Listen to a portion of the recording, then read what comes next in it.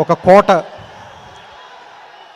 కోటకి వెళ్ళే ఆ కోట లోపల ఉండే ప్రపంచం స్వర్గంలాగా ఉంటుంది. ఆ కోటకి వెళ్ళే దారి మధ్యలో చిన్న బ్రేక్ కూడా లేకుండా ఇన్సెసెంట్ అంటారు కదా, కంటిన్యూస్గా ఉండే ఒక పాత్వే ఉంటుంది.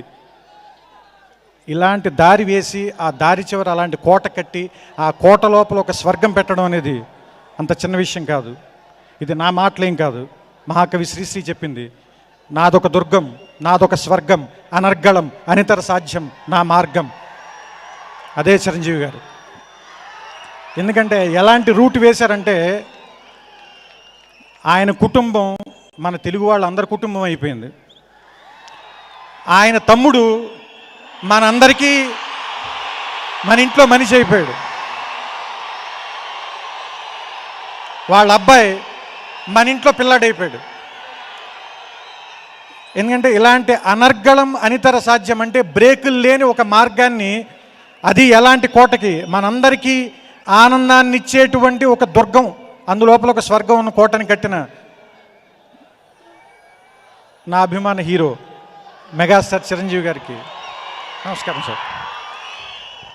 ఎందుకంటే కొంతమంది గురించి మాట్లాడడానికి మనం ఎప్పుడూ వెతుక్కోవాల్సిన పని లేదు. ఎందుకంటే వాళ్ళ చరిత్ర మనం ఎన్ని రకాలుగా, అంటే రామాయణం ఉంది, రామాయణానికి దాదాపుగా ఆథెంటికేటెడ్ వెర్షన్లు 300 ఉన్నాయంటారు. 300 వెర్షన్స్ రాశారు, అయినా మనకి బోర్ కొట్టదు. కొన్ని కథలు ఎన్నిసార్లు విన్నా బోర్ కొట్టవు. గాంధీ ఎన్నిసార్లు మాట్లాడుకున్నా మనకి బోర్ కొట్టదు. అలాగే రామాలయం లేని వీధి ఉండదు.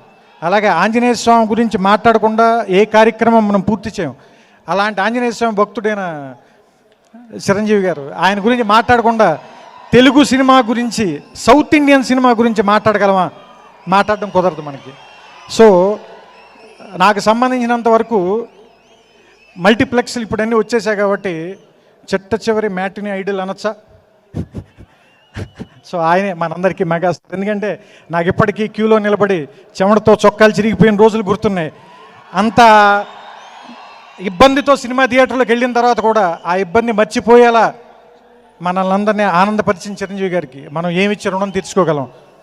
ఎంత చెప్పినా, ఎంత చేసినా ఆయన మనకు అందించిన సంతోషానికి, ఆయన మనని నవ్వించిన నవ్వులకి, మనతో వేయించిన స్టెప్పులకి, చొక్కాలిప్పి థియేటర్లో గ్యాంగ్ లీడర్లకు కానీ, లేదంటే ఎముడికి మొగుడికి కానీ, గరానా మొగుడికి కానీ మనం అరిచిన అరుపులకి, మనకిచ్చిన ఆనందానికి. అంటే సినిమా ఎందుకు గొప్పది అంటే,